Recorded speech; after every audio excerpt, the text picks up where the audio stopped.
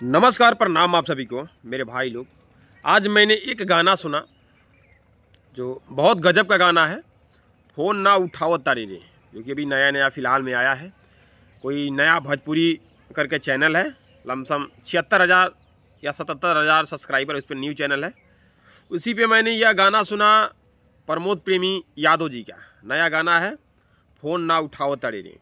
बहुत गजब का गाना है मेरे भाई लोग, एक बार जाइए आप लोग सुनिए और सुन के बताइएगा। जितने दिल के टूटे मरीज होंगे, सुन के वो गाना मतलब एकदम बता दे, कमेंट तो ज़रूर करेंगे, 100% कमेंट से भर देंगे, क्योंकि गाना बहुत गजब का है।